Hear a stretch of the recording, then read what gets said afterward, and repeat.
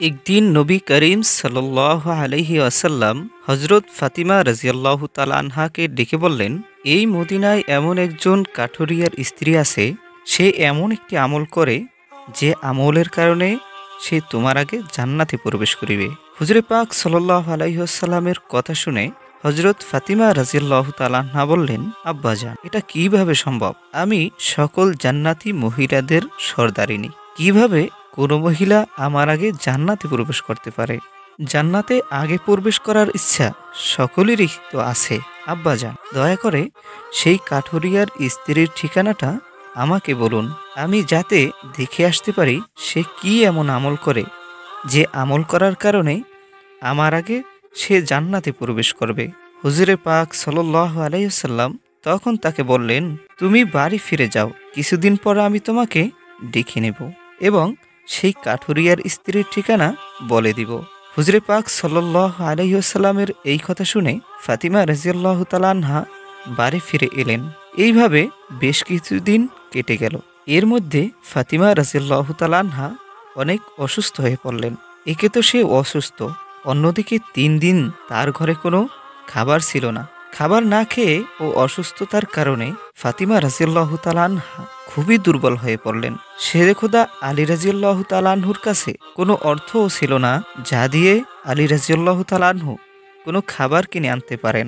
3 দিন অতিবাহিত হয়ে যাওয়ার পরে হজরত ফাতিমা রাদিয়াল্লাহু তাআলা আনহা একটি পুরান কাপড় দিয়ে বললেও, হে আমার স্বামী, আপনার হয়তো মনে আছে আমাদের বিবাহের সময় আব্বাজান হজরত মুহাম্মদ সাল্লাল্লাহু আলাইহি ওয়াসাল্লাম এই কাপড়টি হাদিয়া দিয়েছিল। এটি অনেক বরকতময় একটি কাপড়।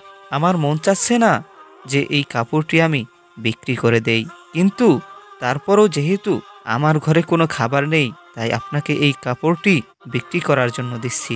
আপনি এটিকে বাজারে বিক্রি করে এর মূল্য দিয়ে খাবার কিনে আনুন। হজরত আলী রাদিয়াল্লাহু তাআলা আনহু কাপড়টি বিক্রি করার উদ্দেশ্যে বাজারে রওনা হলেন এবং সেটি বিক্রি করার জন্য অনেক ক্রেতাকে দেখালেন, কিন্তু কাপড়টি অনেক পুরানো হওয়ায় কেহই কাপড়টি কেনার জন্য আগ্রহ দেখালো না। এই কারণে হজরত আলী রাদিয়াল্লাহু তাআলা আনহু অত্যন্ত নিরাশ হয়ে পড়লেন। তখন তিনি আল্লাহর দরবারে ফরিয়াদ করলেন, হে আমার আল্লাহ, এই কাপড়টি অনেক পুরানো হওয়ায় কাপড়টি কেহই কিনছে না। আজ 3 দিন পর্যন্ত নবী করিম সাল্লাল্লাহু আলাইহি ওয়াসাল্লামের মেয়ে হযরত ফাতিমা রাদিয়াল্লাহু তাআলা আনহা ও হাসান হুসাইন না খেয়ে আছে। আমি যদি কাপড়টি বিক্রি করতে না পারি তবে আজকেও তারা না খেয়ে থাকবে। এই কাপড়টি কেনার জন্য একজন ক্রেতার ব্যবস্থা করে দিন। তার দোয়া শেষ হওয়ার পর একজন ক্রেতা আগমন করলো এবং সে প্রশ্ন করলো, হে আলী, তুমি কি এই কাপড়টি বিক্রি করতে চাও?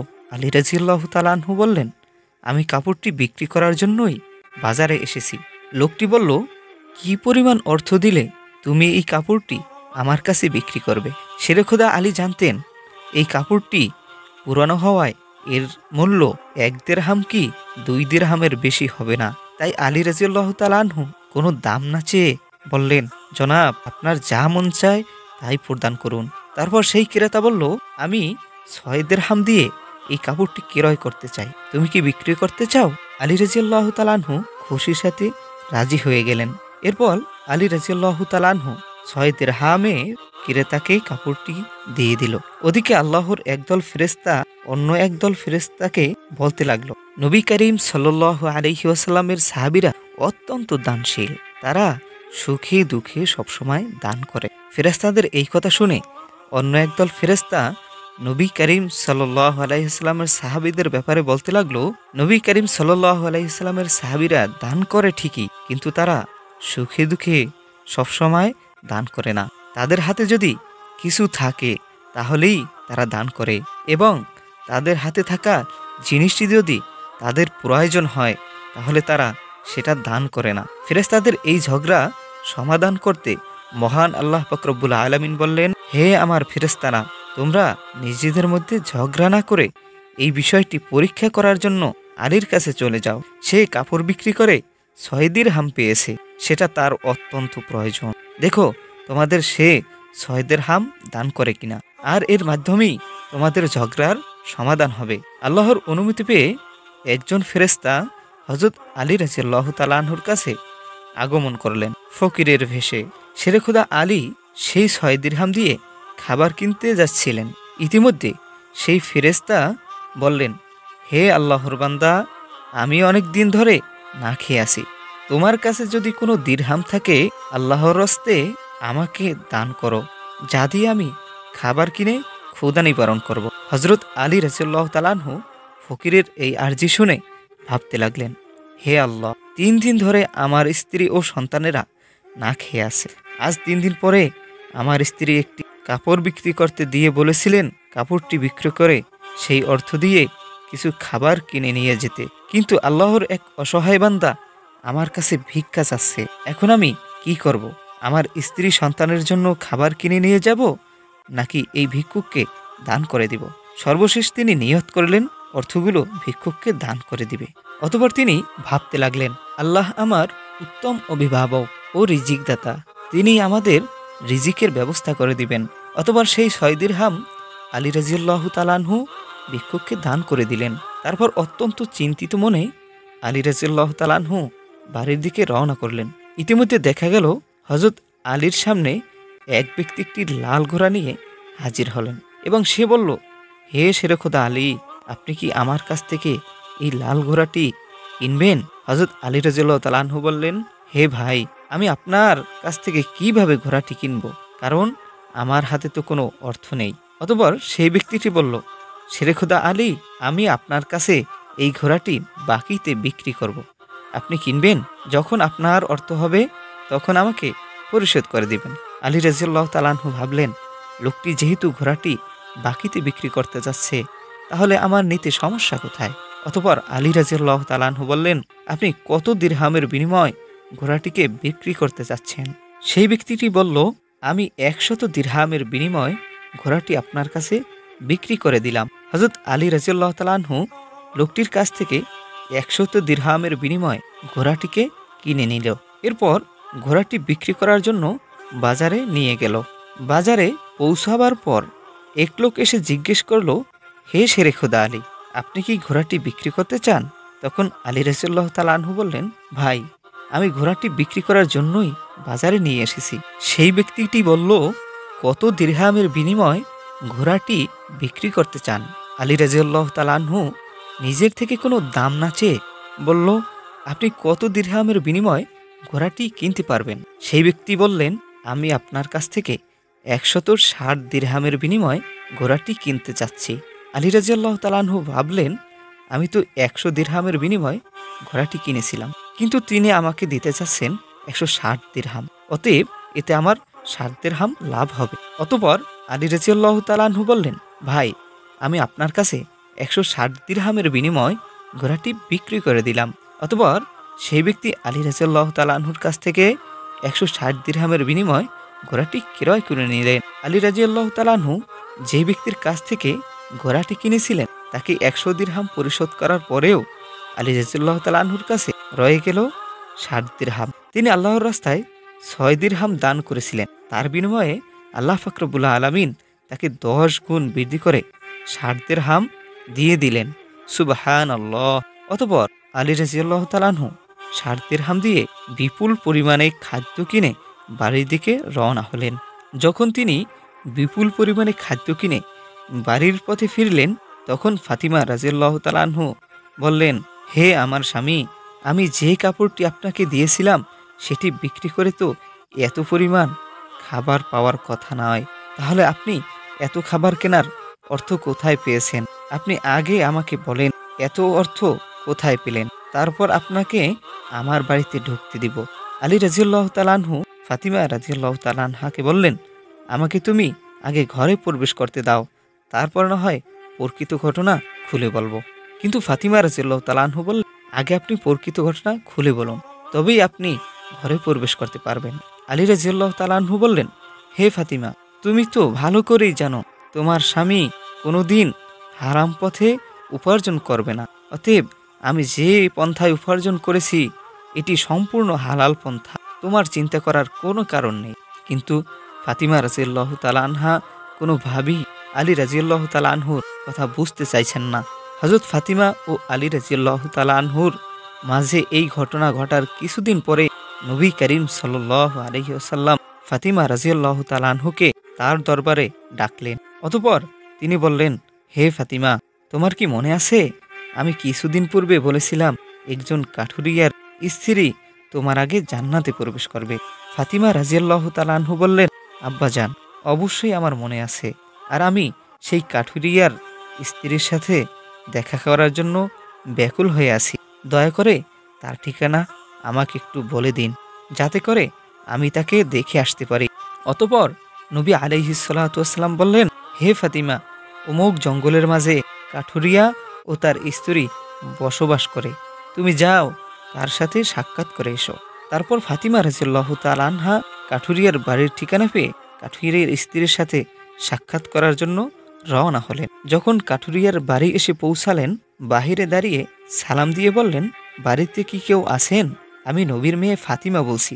ঘরের ভিতর থেকে আওয়াজ আসলো, আমার পরম সৌভাগ্য যে নবীর মেয়ে ফাতিমা আমার বাড়িতে এসেছে। হে আল্লাহর নবীর মেয়ে, বলুন কেন আমার বাড়িতে আপনি আগমন করেছেন? তখন ফাতিমা রাদিয়াল্লাহু তাআলা আনহা বললেন, আমি আপনার সাথে দেখা করতে চাই, দয়া করে আমাকে ভিতরে আসার অনুমতি দিন। তখন কাঠুরিয়ার স্ত্রী বলল, হে আল্লাহর নবীর মেয়ে ফাতিমা, আপনার সাথে দেখা করার ইচ্ছা ও আগ্রহ আমার মনেও রয়েছে, কিন্তু তারপরেও আপনাকে আমার ঘরে আসার অনুমতি দিতে পারি না, কেননা এটি আমার স্বামীর ঘর, আর আমি আমার স্বামীর ঘরে তার অনুমতি ব্যতীত কাউকেই ঘরে প্রবেশ করতে দিতে পারি না। আপনি দয়া করে কালকে আসুন। আমার স্বামী বাড়িতে আসলে আপনাকে ঘরে প্রবেশ করানোর অনুমতি চেয়ে রাখব। আমার স্বামী যদি অনুমতি দেয় তবেই আপনাকে আমি ঘরে প্রবেশ করার অনুমতি দিতে পারি। কাঠুরিয়ার স্ত্রীর কথা শুনে ফাতিমা রাদিয়াল্লাহু তাআলা আনহু বাড়ি ফিরে গেলেন। দ্বিতীয় দিন ফাতিমা রাদিয়াল্লাহু তাআলা আনহা কাঠুরিয়ার স্ত্রীর সাথে দেখা করার জন্য বের হলেন। অমনি হাসান রাদিয়াল্লাহু তাআলা আনহু বললেন, আম্মা জান, কালকে আপনি কোথায় গিয়েছিলেন? সব জায়গায় খুঁজেছি, কোথাও পাইনি। আম্মা জান, আপনি কোথায় যাচ্ছেন? দয়া করে আজকে আমাকে সাথে নিয়ে যান। অতঃপর ফাতিমা রাদিয়াল্লাহু তাআলা আনহা তার বড় পুত্র হাসানকে সাথে নিয়ে কাঠুরিয়ার বাড়িতে গেলেন। বাড়ির সামনে দাঁড়িয়ে সালাম দিয়ে বললেন, বাড়িতে কেউ কি আছেন? আমি নবীর মেয়ে ফাতিমা বলছি, ও আমার সাথে আমার বড় পুত্র হাসান রয়েছে, আমি কি বাড়ির ভিতরে আসতে পারি?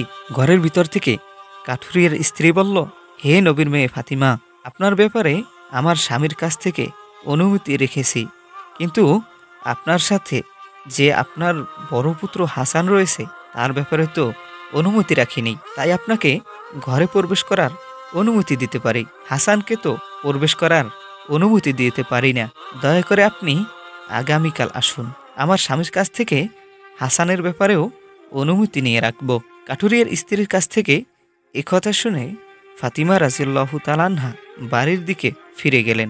পরের দিন আবারও যখন কাঠুরিয়ার স্ত্রীর সাথে দেখা করার জন্য রওনা করলেন, তখন ফাতিমা রাদিয়াল্লাহু তাআলা আনহার ছোট ছেলে হুসাইন এসে জড়িয়ে ধরে বলল, আম্মা জান, আজ 2 দিন ধরে আপনি কোথাও যাচ্ছেন, আমি আপনাকে কোথাও খুঁজে পাচ্ছি না, দয়া করে আমাকে আজ সাথে করে নিয়ে যান। অতঃপর ফাতিমা রাদিয়াল্লাহু তাআলা আনহা কাঠুরিয়ার বাড়ির দিকে রওনা দিলেন। কাঠুরিয়ার বাড়ি পৌঁছে সালাম দিয়ে বললেন, আমি নবীর মেয়ে ফাতিমা বলছি, আমার সাথে আমার বড় পুত্র ও ছোট পুত্র হুসাইন রয়েছে, আমি কি ভিতরে আসতে পারি? ঘর থেকে কাঠুরিয়ার স্ত্রী বলল, হে নবীর মেয়ে ফাতিমা, আপনার সাথে দেখা করার ইচ্ছা আমার মনেও রয়েছে, কিন্তু আমার স্বামীর কাছ থেকে আপনার ব্যাপারে ও আপনার বড় ছেলে হাসানের ব্যাপারে অনুমতি নিয়ে রেখেছিলাম, কিন্তু আপনার ছোট ছেলে হুসাইনের ব্যাপারে তো অনুমতি নিয়ে রাখিনি, দয়া করে আজকেও আপনি ফিরে যান, আগামীকাল আপনাদের 3 জনের ব্যাপারেই আমি অনুমতি চেয়ে রাখব আমার স্বামীর কাছ থেকে। কাঠুরিয়ার স্ত্রীর একথা শুনে ফাতিমা রাদিয়াল্লাহু তাআলা আনহা আজকেও বাড়ি ফিরে গেলেন। পরের দিন ফাতিমা রাদিয়াল্লাহু তাআলা আনহা আবারও সেই কাঠুরিয়ার বাড়িতে আসলেন। তখন তাকে ঘরে প্রবেশ করার অনুমতি দিল। হযরত ফাতিমা রাদিয়াল্লাহু তাআলা আনহা ঘরে ঢুকে দেখতে পেলেন কাঠুরিয়ার স্ত্রী বসা, তার সাথে রাখা আছে একটি পানির পাত্র, একটি লাঠি ও একটি মোটা রশি। এগুলো দেখে হযরত ফাতিমা রাদিয়াল্লাহু তাআলা আনহা তাকে জিজ্ঞেস করলেন, আপনি এগুলো নিয়ে বসে আছেন কেন? সে বলল, আমার স্বামী সারাদিন পরিশ্রম করার পর যখন বাড়ি ফিরবে তখন হয়তোবা তার অজু করার প্রয়োজন হবে অথবা তার পানি পান করার প্রয়োজন হবে। আমি চাই না আমার স্বামী পানির জন্য সামান্যতম কষ্ট পাক, যাতে তার পানি প্রয়োজন হওয়ার সাথে সাথেই পানি পৌঁছে দিতে পারি। এই কারণেই আমি পানি নিয়ে বসে আছি। আবার ফাতিমা রাজিয়াল্লাহু তাআলা আনহা জিজ্ঞেস করলেন, হে বোন, আপনি এই লাঠি নিয়ে কেন দাঁড়িয়ে আছেন? এই রশিরই বা কি প্রয়োজন? তখন কাঠুরিয়ার স্ত্রী জবাব দিল, আমার স্বামী যদি কোনো কারণে আমার উপর অসন্তুষ্ট হয়ে আমাকে শাস্তি দেওয়ার ইচ্ছা করে, তবে তার প্রয়োজন হবে একটি লাঠি, এবং আমাকে বেঁধে যাতে শাস্তি দিতে পারে তার জন্য প্রয়োজন হবে একটি দড়ি। আমি চাই না আমার স্বামী এই জিনিসগুলো খোঁজাখুঁজি করতে গিয়ে সামান্যতম কষ্ট পাক। সেই জন্য আমার সামনে এই জিনিসগুলো নিয়ে দাঁড়িয়ে আছি। হযরত ফাতিমা রাদিয়াল্লাহু তাআলা আনহা কাঠুরিয়ার স্ত্রীর স্বামীর জন্য এত ভালোবাসা দেখে অবাক হয়ে গেলেন। অতঃপর ফাতিমা রাদিয়াল্লাহু তাআলা আনহা তাকে আর কিছু জিজ্ঞেস না করে নবী করিম সাল্লাল্লাহু আলাইহি ওয়াসাল্লামের দরবারে চলে আসলেন। নবী করিম সাল্লাল্লাহু আলাইহি সাল্লাম বললেন, হে ফাতিমা, তুমি কি কাঠুরিয়ার স্ত্রীর সাথে দেখা করে এসেছো? ফাতিমা রাদিয়াল্লাহু তাআলা আনহা বললেন, হ্যাঁ আব্বাজান, আমি দেখা করে এসেছি। নবী করিম সাল্লাল্লাহু আলাইহি ওয়াসাল্লাম বলল, কি দেখেছো তুমি? ফাতিমা রাদিয়াল্লাহু তাআলা আনহা বললেন, সে মেয়েটি অত্যন্ত স্বামী ভক্ত। নবী করিম সাল্লাল্লাহু আলাইহি সাল্লাম বললেন, ফাতিমা, সেই কাঠুরিয়ার স্ত্রীর কাছ থেকে তোমার অনেক কিছু শেখার আছে। ফাতিমা রাদিয়াল্লাহু তাআলা আনহা বললেন, আব্বাজান, আমি তার কাছ থেকে কি কি শিক্ষা গ্রহণ করতে পারি এবং সে কিভাবে আমার আগে জান্নাতে প্রবেশ করবে, বিষয়টি আমাকে একটু বুঝিয়ে বলুন। নবী করিম সাল্লাল্লাহু আলাইহি সাল্লাম বললেন, হে ফাতিমা, শোনো, কিছুদিন পূর্বে তোমার স্বামীকে একটি পুরাতন কাপড় বিক্রি করার জন্য দিয়েছিলে।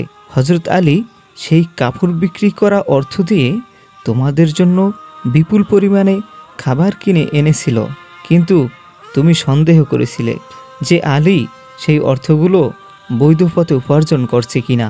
এজন্য তুমি তোমার স্বামীকে ঘরে ঢুকতে দাওনি এবং বিভিন্ন প্রশ্ন করার মাধ্যমে তুমি তোমার স্বামীকে কষ্ট দিয়েছিলে। কিন্তু তুমি জানতে তোমার স্বামী হযরত আলী কোনোদিন অবৈধ পথে উপার্জন করতে পারে না। হে ফাতিমা, তুমি যখন আলীকে কাপড়টি বিক্রি করার জন্য দিয়েছিলে, হযরত আলী তার জন্য কোনো ক্রেতা খুঁজে পাচ্ছিল না। তখন আল্লাহ পাক রব্বুল আলামিন ফেরেশতা মিকাইলকে সেই কাপড়টি কেনার জন্য পাঠিয়ে দিয়েছিলেন।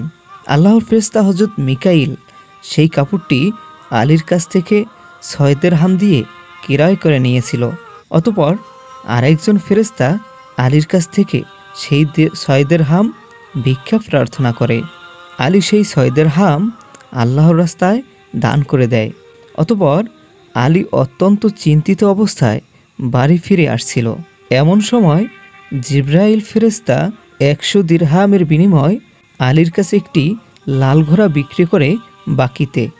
হযরত আলী সেই ঘোড়াটিকে বাজারে নিয়ে যায় এবং মিকাইল ফেরেশতা আলীর কাছ থেকে 160 দিরহামের বিনিময়ে ঘোড়াটি ক্রয় করে নেয়। আল্লাহ রাব্বুল আলামিন হযরত আলীকে 6 দিরহামের বিনিময়ে 10 গুণ বৃদ্ধি করে 60 দিরহাম দিয়ে দেন। সেই 60 দিরহাম দিয়েই আলী তোমাদের জন্য বিপুল পরিমাণে খাবার কিনে এনেছিল। ফাতেমা, শুনে রেখো, যে কাপড়টি হযরত আলী বিক্রি করেছিল, আল্লাহ সেই কাপড়টি জান্নাতে সংরক্ষণ করে রেখেছে, এবং যে ঘোড়াটি দিয়ে আলী ব্যবসা করেছিল, আল্লাহ সেই ঘোড়াটিও জান্নাতে সংরক্ষণ করে রেখেছে। কাল কিয়ামতের দিন তুমি যখন জান্নাতে প্রবেশ করবে, তখন তুমি সেই ঘোড়ার উপরে বসে থাকবে এবং সেই কাপড়টি হবে ঘোড়ার লাগাম, আর সেই লাগামটি ধরে থাকবে সেই কাঠুরিয়ার স্ত্রী। লাগামটি ধরে রাখার কারণেই সে তোমার আগে জান্নাতে প্রবেশ করবে এবং তুমি তারপরে জান্নাতে প্রবেশ করতে পারবে।